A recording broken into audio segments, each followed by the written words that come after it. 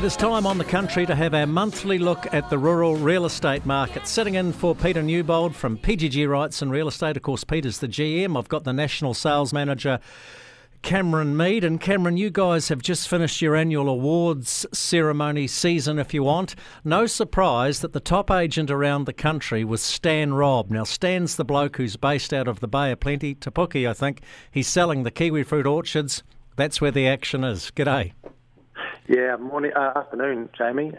Yeah, exactly. Stan had a wonderful year, taking out our top award with some great kiwi fruit sales there. And other strong efforts were in the Waikato, who took out the region of the year, and we had a very strong showing in the residential lifestyle sector from our team in Southland and Central Otago as well. So those were three really great evenings for us, celebrating a wonderful year of activity for the business.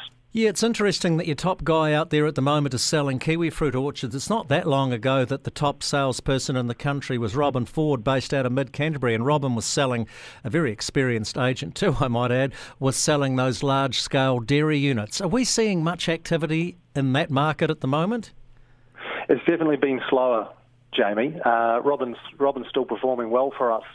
And a valuable member of the team, but certainly that sector's become a lot harder with the size and the values that are associated with that level of property. So it'll be interesting to see how that goes in the new season. Are people being scared off the dairy industry? And I look at things like Bovis, and let's face it, a government that's not sympathetic to that sector, I put it to you, as opposed to, as we mentioned, horticulture. That seems to be very fashionable at the moment, and we know that sheep and beef's making a bit of a comeback. Yeah, look, dairy's topical. You know, it's always in the press for one reason or the other. I don't think it's got, you know, the indicators are stronger than they have been for a couple of years to invest into that area, but there are still challenges around the environmental effects and lending into that sector in particular. So still more challenges probably in the dairy sector than we face in horticulture or sheep and beef, definitely.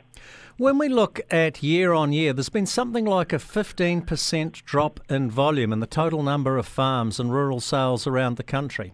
Yep, that's exactly right. That was the results that were released last month from REINZ, that the volume of activity was back 15%. We expect that to be different this season. We sense that there'll be an increased level of activity, not an oversupply, but certainly a swing back in favour of a buyer market, more so than the seller markets that we've had over the last couple of seasons. We've mentioned the change of government. There's been a change of sentiment also in this country about foreign ownership. How is that affecting the rural market, bearing in mind when it comes to buying some of these big properties, New Zealanders don't always have the dosh. So OIO, Overseas Investment Office, how are they affecting things? Well, I mean, it is the sentiment of the new government that's having the impact there on the rural property. The recent changes in that area are targeted at the investor market, so far more residential orientated, which then has a flow-on effect to lifestyle property, which definitely impacts on our business. But it's more the sentiment of the government towards foreign investment that means that properties of a higher value, there's less competition there. So we expect that there'll be a longer lag time between sales. We still expect there's going to be good interest, but you know, sellers need to be aware that they need to price correctly in the marketplace if they're genuine sellers. Camron Meade, thank you very much. You are the National Sales Manager for PGG Wrightson Real Estate, sitting in for Peter Newbold. Thanks for your time, Camron. Thanks, Jamie.